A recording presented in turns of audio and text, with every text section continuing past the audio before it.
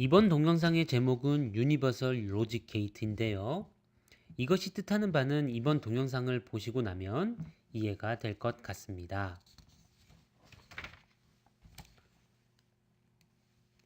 이제 우리는 앰플리파이어라는 대표적인 아날로그 회로를 다룬 이후 디지털 회로를 다루려 합니다. 왜 우리가 디지털 회로를 다루어야 할까요? 디지털 회로의 중요성은 새삼스럽게 더 강조하지 않아도 될 것 같습니다.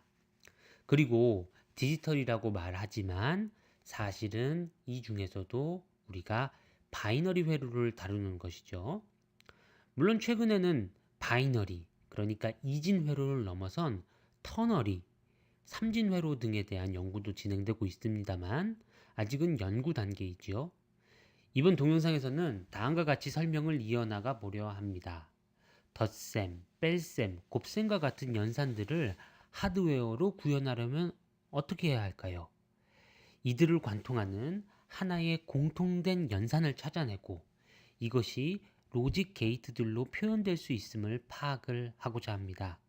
그리고 이런 로직 게이트들도 오직 하나의 유니버설 로직 게이트로 모두 표현이 가능함을 나타내고자 합니다. 이런 내용들은 디지털 디자인 수업에서 다루는데요. 오늘 동영상은 이에 대한 아주 대략적인 리뷰라고 생각하시면 될 것 같네요. 마지막으로 인버터와 낸드에 대한 소개가 이루어집니다.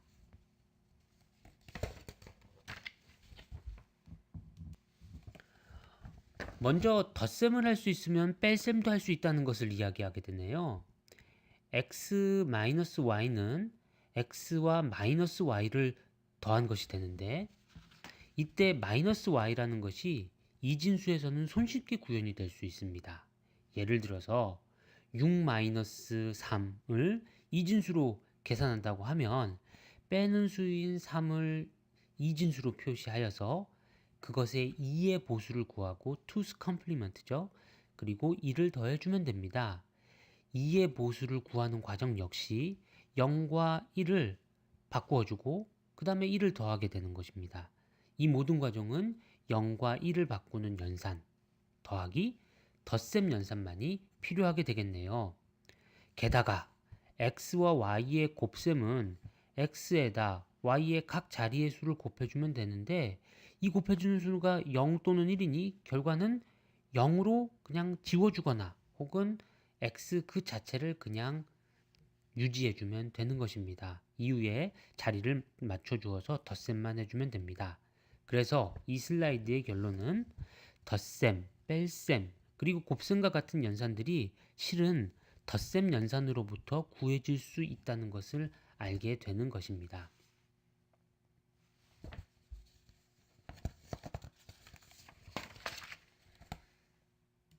그런데 심지어는 이런 분리를 좀 더 해볼 수도 있을 것입니다.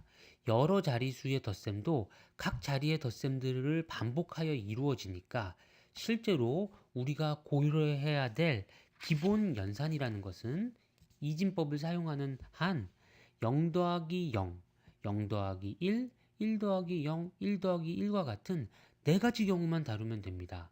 물론 이러한 이진수 연산의 결과는 아시겠지만 0, 1 그리고 이진수로 1, 0으로 주어지겠죠. 이 네 번째 경우만 두 자릿수의 이진수가 나오고 나머지는 그냥 한 자리로 표기가 가능하네요. 이렇게 넘어가는 한 자리로 표시를 할 수 없어서 그 다음 자리로 넘어가는 것을 그런 비트를 캐리 bit이라고 부르죠. 그런데 이 네 가지 경우를 모두 하나의 통일된 형태로 쓰고 싶어 합니다. 그러니 0이나 1을 그냥 0, 1로 쓰지 않고 두 자릿수로 쓰는 거죠. 그래서 00, 01, 01, 10 이와 같이 쓰고 그 넘어가는 빛, 캐리 빛과 그 다음에 더한 값인 썸 빛을 도입을 하게 될 것입니다. 그러니까 예를 들어서 캐리는 0과 0이 인풋으로 들어왔을 때는 0을 만들고 1과 1이 인풋으로 들어왔을 때는 1을 주는 함수가 되는 거죠. 썸도 유사한 방식으로 생각을 할 수가 있고요. 이렇게 별도로 쓰게 되면 좋은 점이 x와 y라는 빛 하나씩을 받아서 캐리나 썸이라는 빛을 만들어주는 단순한 연산으로 만들 수 있다는 것이고요. 그리고 입력 및 출력이 0 또는 1만 가지는 원빗이기 때문에 이것은 논리 연산으로 생각할 수가 있게 됩니다. 그러니 썸을 만드는 함수는 논리 연산으로는 아래와 같은 진리표를 가지게 되고요. 그리고 이와 같은 진리표에 해당하는 게이트를 exclusive or XOR이라고 부릅니다. 여기서 제가 게이트라고 표현을 하지만 이것은 모스펫의 게이트하고는 전혀 관계가 없는 논리 연산의 기본 단위를 말하는 것입니다. 같은 방법으로 캐리 빗도 생각할 수가 있고요. 이에 해당하는 진리표는 다음과 같이 될 것이고, 이건 우리한테 조금 더 익숙한 AND네요. 결국 우리가 AND와 exclusive OR와 같은 논리 연산을 할 수 있는 기계, 하드웨어를 만들어낼 수 있다면 그건 우리가 덧셈기를 만들 수 있는 준비가 된다는 뜻이네요.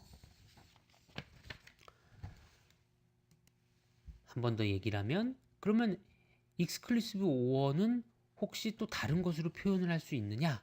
라고 하면 여기 나와 있는 것처럼 X exclusive OR는 AND와 NOT과 OR만을 사용을 하여서 이루어낼 수 있습니다. 꼭 exclusive OR만이 아니라도 어떤 논리 게이트라도 AND, OR, NOT 게이트를 조합하면 만들어낼 수 있다고 하네요. 또 AND에다 NOT을 취하면 그걸 우리가 NAND라고 부르고 OR에다 NOT을 취하면 그건 NOR라고 부르니까 NAND, NOR, NOT 게이트를 가지고도 AND, OR, NOT 게이트를 가지고 만들어낼 수 있는 건 다 만들어낼 수 있을 것입니다.